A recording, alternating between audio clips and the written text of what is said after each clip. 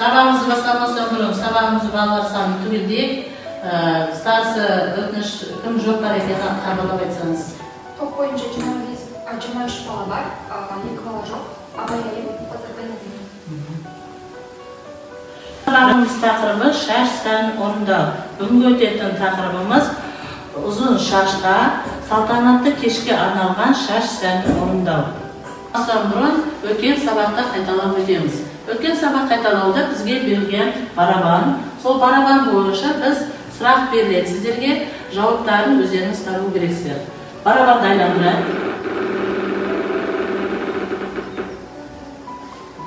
Айрық. Сұрақ берілген бізге айрық. Айрық дегеніміз не? Екі жауап берілген. Екі жауаптың қайсы жауап? Қандай? Бастағы шашты екі бөлікке бөліп тұратын сызық. Бас көрейік. Дұрыс. Бәрекелді. Екінші түтірше пішінді. Сабағымыз тақырыбы қалыңдық шаш үлгісі. Қалыңдық тойдағы ең сұлу, ең бақытты және жұрт көп назар аударатын жан. Оның сұлулығының сыры қайда жатыр? Дұрыс таңдалған той көйлегі әшекей, макияжы және ең соңғысы шаш сәні. Шаш сәні қалыңдықтың ажарын ашатын ең маңызды фактор.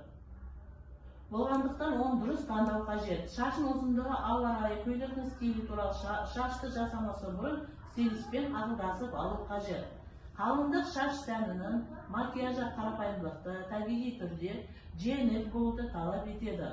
Қосымша ретінде шаш сәніне сәукелі киізіп, әшекейленген фатамен сәулеуге болады. Қалыңдық шаш сәні қарапайымдылық пен табиғилық, әртүрлі үлгідегі кекіл, асимметриялы форма, өрілген шашын әртүрлі нұсқалары, жарасымды етіп түю, ерекше көзге бірден түсетін аксессуарлар. Шаш сән түрлеріне тоқтап өтейік. Жайылған бұйра шаш сәні. Қалыңдық шашын жайып, ұштарын бұйралап қойса, бұл романтикалық биязы образы сыйлайды. Әртүрлі формасына да келеді. Сән трендінің бірі шашының көлемін үлкейтіп, 60-шы жылдардағы ретро стилін еске түсіретін жайылған шаш.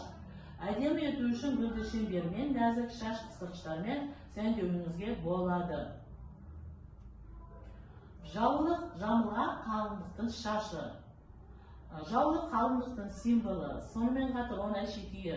Егер көз татарлық сұлулығыңызды көрсеткіңіз келсе, жаулық тамаша таңдау болады. Шашты жаулықтың астынан да, үстінен де сәндей жасауға болады. Жаулықты бекітетін бұйым жеңіл болған дұрыс, әйтпесе той үстінде қолайсыздықты тудыруы мүмкін. Ретро стилінде бұл жерде көп түстер шаш үлгіде толқын бұрындарын байқап тұрсыздар. Бірнеше 10 жылдыққа кері саяхаттарыңыз келе ме? Бұл қиын емес. Сән үнемі айналып келіп отырады. Және осынысымен де ерекше. Салқын толқын деген атпен танымал. Шаш сәні биылғы жылдың басты трендтерінің бірі. Қосымша ретінде қауырсын мен әшекей тастармен сәндеуге болады. Тегіс жиналған шаш сәні. Шашты түйіп қою үшін сәнінен қалған емес. Мұны жасауды көп уақытты қажет етпейді. Жаңа маусымда француз сүйісі деп аталатын шаш сәні аса танымал келген. Оны жасағанда шашты түйіп, кішкенесін бос қалдырып, бұйралап қояды. Мұндай шашты түрі гүлдермен сәнді шаш қысқыштармен сәндеуге болады. Әрі қарапайым, бірақ табиғи болып көрінеді. Гүлді шеңбермен жасалынатын шаш сәні келесі. Қарапайымдылықты жаның сүйсе, таңдаған көйлегіңізде тым салтанатты болмаса, гүлден жасалған шеңбер тағып, шашыңыздың ұшын бұйралап қойсаңыз да болады. Шеңберге жаулық жалғап қойса да әдемірек көрініп тұрады. Тәжбиек жұмысты орындап көрсетейін. Бүкіл шашты жерге бөлігіне резинка көмегімен шаш буынын буып, алдыңғы бөліктегі шашты үшбұрышты етіп бөліп аламыз да, төбіне қобырату жұмысын орындап, қысқаш көмегімен пішін келтіріп қыстырып аламыз.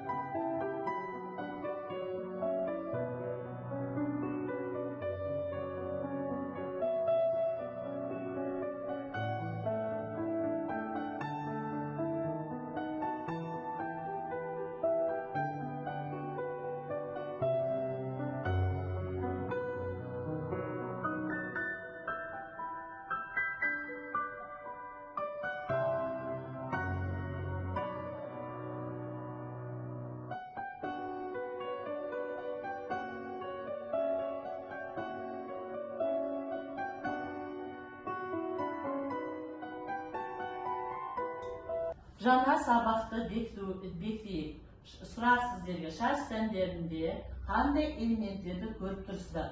Бірінші шаш үлгісінде қандай сән элементін көріп тұрсыз? Сақана тәрізді пішін, гүлі бар, шпилька. Келесі шаш үлгіңізде қандай шаш сән элементтерін байқап тұрсыз? Жгут, бюрабұрым, гүл әшеки. Рахмет. Үшінші суретімізде қандай шаш үлгісінің элементтерін көріп тұрсыз? Бабетта, диадема. Рахмет. Төртінші шаш үлгіңізде қандай элементтерді байқап тұрсыз? Айрық, толқын әшеки. Рахмет. Міне осы элементтерді қолдану арқылы қалыңдық шаш үлгілерін және арналуына қарай шаш үлгілерін орындап болады. Өз-өзіңді бағалау. 3 сұраққа жауап берген бала 59 деген бағамен бағаланады. 4 сұраққа жауап бердіңіздер 4 деген бағамен бағаланады. 70 деген пайыз. Және 5 сұраққа жауап берген бала 90 деген бағамен бағаланады. Өз бағаларыңызды білдіңіздер. Енді үй тапсырмасы тақырып бойынша қалыңдық шаш сән орындау, бірізділік бойынша эскиздер жасап келу және инструкциялық карталар орындап келу. Түсінікті ғой барлықтарыңызға? Сау болыңыздар. Рахмет.